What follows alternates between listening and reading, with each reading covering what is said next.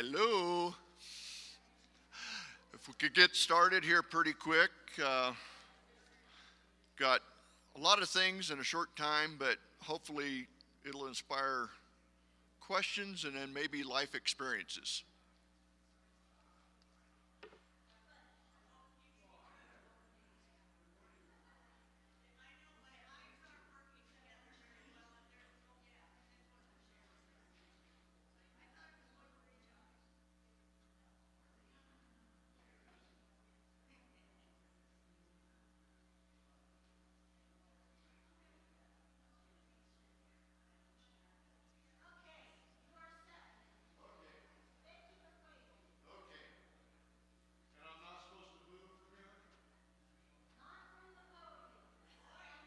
I'm on camera, so I can't move. And there's nobody driving the cameras. She's just driving that. Okay. So, yeah, talk about medical advanced directives. And I mean, I just kind of came up with this with everybody going through things in life, myself and others in the church. So I'm not an authority on it, but I thought it very, very important discussion to have. And so I at least drew from the Colorado Gerontological Society. So it's local, it's Colorado. So all of this information is from them, and I've given websites and everything. So, and if you have input as we go, please let me know. But let's go. So advanced care directives. Advanced care planning is about making decisions for the treatment that you want if you become unable to speak for yourself. Advanced directives are the documents used to document medical treatment preferences. And trust me, there's a lot of them that you never thought about until you're faced with them. With my mom, dealing with her and things, and Sharon's had to deal with this, and I'm sure others of you have had to deal with these. Advanced directives are legal documents that inform the medical professionals, family and friends and others about your medical treatment and choices in the event that you become incapacitated and cannot speak for yourself. And when we talk about advanced directives, we refer to many things. You've got a living will. You've got a medical durable power of attorney. You've got cardiopulmonary resuscitation directive, or DNR, do not resuscitate. Medical orders for scope of treatment. And I didn't know about those when I dealt with Mom, but I've found from some very loved friends of mine that most form is very, very important directive. And there's other directives for your medical care in the event that you become incapacitated. And everyone, it's not just for the older. I mean, 18 and older, you're responsible for your own life and you should have a say in it. The biggest things is the medical durable power of attorney and a living will through most of your life. Which one went? Yeah, the CPR one, it's a good one to discuss with your doctor. Make sure you're on the same page with it. And yes, and especially, yes, very much so your family. Because boy, you can cause World War III in a family over that one. So make sure you're very strong that they understand it. And there's different levels of if this, then that. You know, some people might not be blanket, no matter what, do not resuscitate. Well, there might be, well, if this has happened or if that's happened. So it's a tough discussion, but it's one well worth having and thinking about. So supposedly, well, they did in fact pass legislature in 2019 to create a statewide electronic database for all this. Don't depend on it. It's in the works. They definitely said on this site, make sure that you have a paper copy and it's been given to your agent and your personal doctor, and that's at least a starting point. But yeah, don't depend on it being in the system and correct.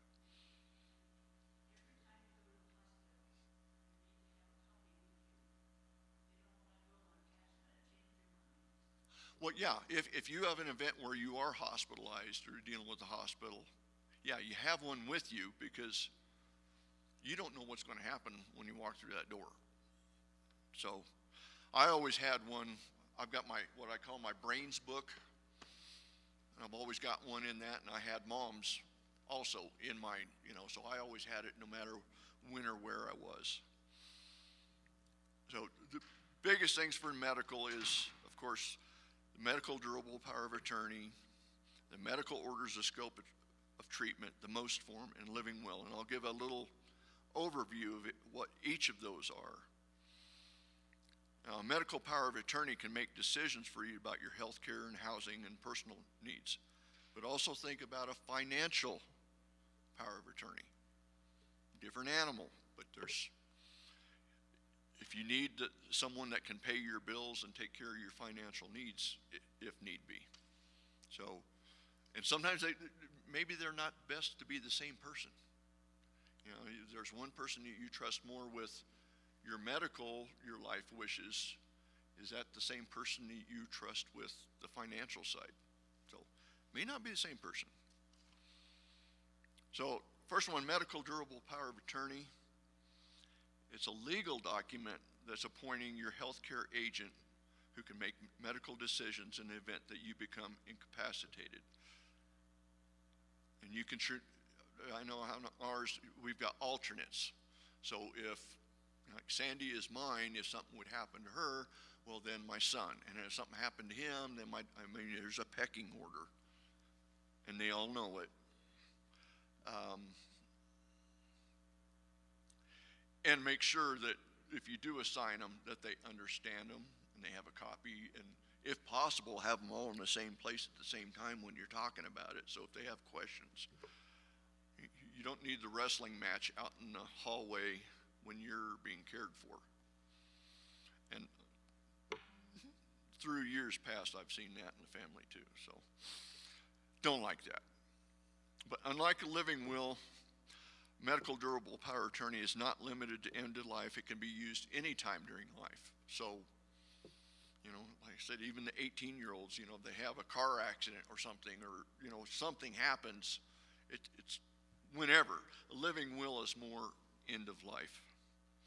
And I've got in your handout there, I've tried to give the website for each pertinent discussion. The next one is the medical orders for scope of treatment. It's a form that provides the patient's choices about end-of-life treatment, CPR, transfer to hospital facilities, and other end-of-life issues. Most form needs to be completed by the patient and his doctor, an advanced practice nurse, or a physical assistant. So not just someone in your living room over coffee. PA. Well, I'm reading what they say, so I'm sure. Yeah. Okay, that's okay. Like I said, I'm taking from people that I think know more, but that's why you guys are here to help me.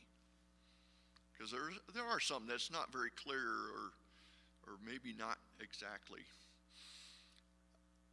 But that form is intended for chronically or seriously ill patients who interact with many different healthcare professionals, where they'd like a standardized form so that they're not looking at different versions and different everything.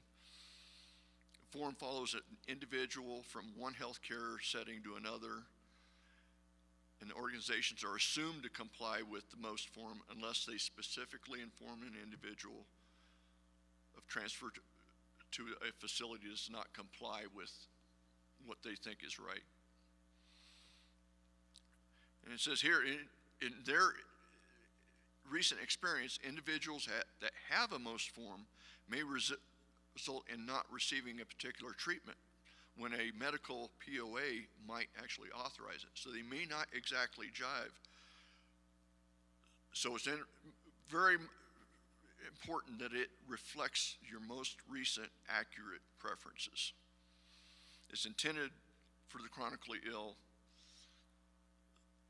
so that you can't speak for it. So you need to speak for yourself before and have that lined out. But that one does not assign an agent. That's your communication to the doctors, to the healthcare professionals. So that's the difference between medical durable power of attorney and the most form. And many individuals also choose to have a living will in addition to the most form. And if this is the case, make sure you are consistent with your preferences. If there's any question on your preferences when the time comes, the most form defaults to what's in the living will. So that's kind of the final say. So make sure they all jive together there. And living will, that's the tool to lay out in advance for preferences for life-sustaining treatment, artificial nutrition, hydration, medically incapable of speaking themselves. And I went over all this, I thought, really well with my mom. And we didn't go over respirator. You know, can you think about everything when you're going over these? But, you know, and I got a call at 2 o'clock in the morning. You know, well, we think this would be okay. And all the horror stories you heard about respirators during COVID and everything. Oh, if you go on them, they'll never come off them. And the doctor assured me, no, it'll probably just be for a couple of days, which it did end up being. But like a day later, they said, well, she needs to go back on it. And that's kind of what the end was. And if I guess that wasn't the worst of all the treatments, but it's still something to very much go over. Some of the severity of some of the treatments, in my mind and my experience, weren't worth it. One of the last things they had to put in, and Sharon can tell you what exactly it's called, but into your artery, they put in this god-awful large thing, monitor, to more accurately measure your blood pressure. At that point, and that was the most grueling, painful thing Mom had ever gone through. Okay? That's what made her make the decision, I've had enough. Stop everything. I mean, that put her over the edge. So I'd never, you know, of course, this is all first time experience for me, but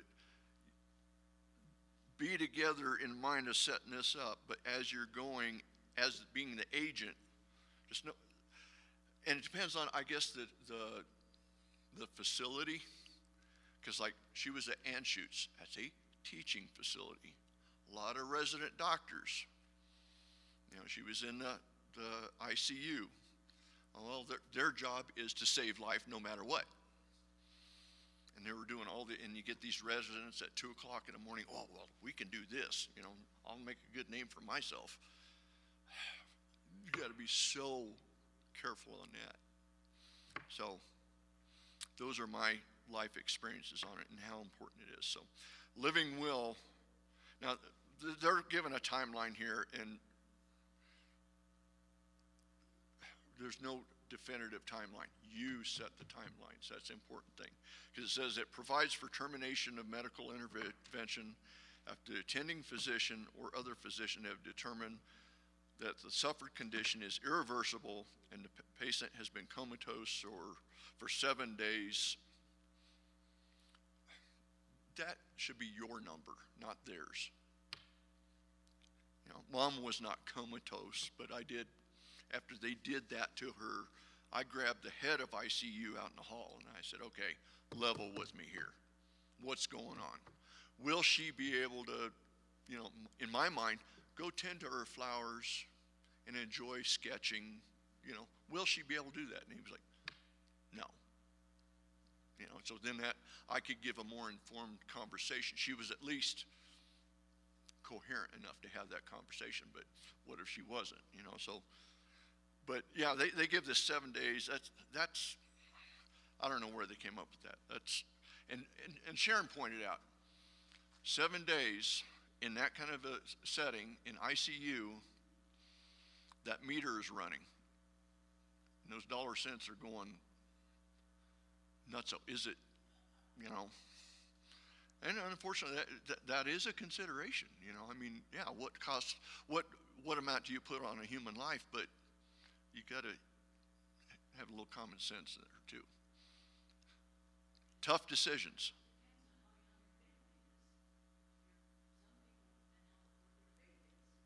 Yeah, and in your faith, and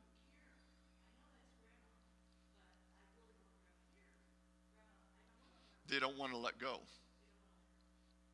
It becomes very selfish. Yeah, and that's where having the talk with all of your agents together to where they really understand it. It's a legal document.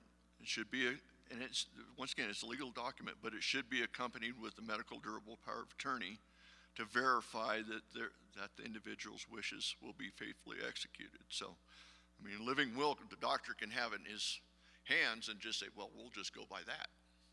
Well, no, you kind of want your agent there, you know, fine tuning or whatever, and what's going on. I mean, mom wasn't comatose, so that statement didn't come in, but the way things had deteriorated and everything, and she's just like, enough's enough. She just flat out said, I'm ready to go home to Jesus.